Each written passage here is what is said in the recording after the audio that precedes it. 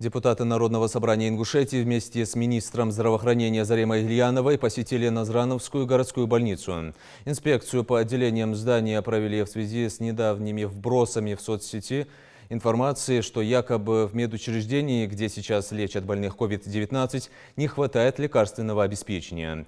Чтобы убедиться в истинном положении дел, наша съемочная группа заглянула вместе с комиссией в складские помещения больницы. После обхода комиссия убедилась, что лекарства не только есть, но в наличии имеются и те, которые не так просто достать в нашей стране. Посмотрите вот на этот препарат Калетра, которого нету практически нигде. Кстати, я его искал, его нет ни в одной практически аптеке, нигде. На заказ мы его даже не достали смогли для прислать. наших пациентов. На 200 человек как минимум имеется этот препарат. Завтра поступит препарат плаквенил, которого нет в Российской Федерации. Мы его заказали на заводе производителей, и завтра наш специалист вылетает в Москву, чтобы получить этот препарат, потому что просто так его достать невозможно. И завтра он же идет у нас сюда для реанимационных больных в сиропе. Для самых тяжелых. Еще есть в жидкой форме. Да. Мы даже азитромицин в жидкой форме достали, для того, чтобы для тех больных, которые не могут принимать таблетированные препараты, чтобы делать жидкие формы.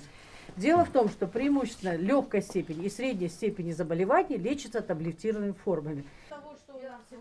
В социальных сетях многие пользователи также высказывали мнение, что средства, выделенные федеральным центром на регион для борьбы с коронавирусом, не используются для этой цели. Этот вопрос прокомментировала министр здравоохранения республики. Правительство Российской Федерации выделил на регионы, на все регионы выделил денежные средства.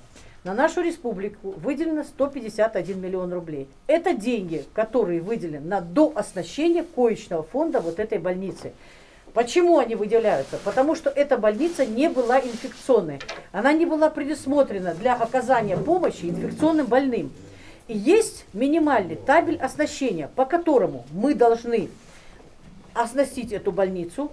Дополнительные койки, которые развернуты, должны быть дооснащены оборудованием. В этой больнице нет компьютерного томографа. За эти дни уже про компьютерный томограф не сказал только младенец, что нету компьютерного томографа, негде делать КТ легких. На самом деле КТ легких делать есть у нас 4 аппарата в республике, но поскольку мы не можем заражать все больницы и закрыть все больницы, поэтому сегодня КТ делается в противотуберкулезном диспансере. И теперь компьютерный томограф, новейший, который сейчас проходит сборку, будет доставлен вот в эту больницу в рамках тех денег, которые нам выделены. Дальше, вот аппарат КШС, его не было. Теперь выполняться будут все исследования. До сих пор выполнялись на старом аппарате. Теперь будет работать 2 аппарата и будет легче работать нашим медработникам. Дальше закупается ПЦР-лаборатория, закупаются аппараты искусственной вентиляции легких, УЗИ-аппараты, 2 рентген-аппарата, 1 передвижной, 1 стационарный.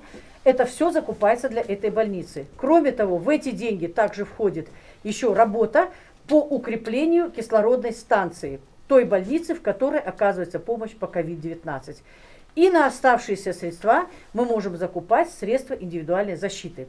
Вот эти деньги, 151 миллион, они расписаны до копейки, до цента. И контроль за их расходованием идет из правительства Российской Федерации. Нам эти деньги не отдаются на руки. Мы не можем их использовать, как мы хотим.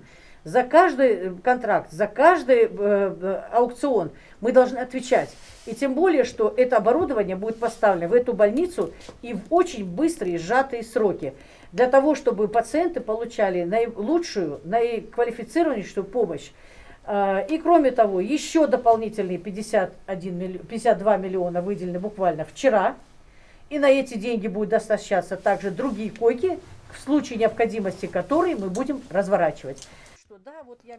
Маски, перчатки, респираторы, противочумные костюмы в наличии у медперсонала больницы и даже в избытке, уверяют врачи.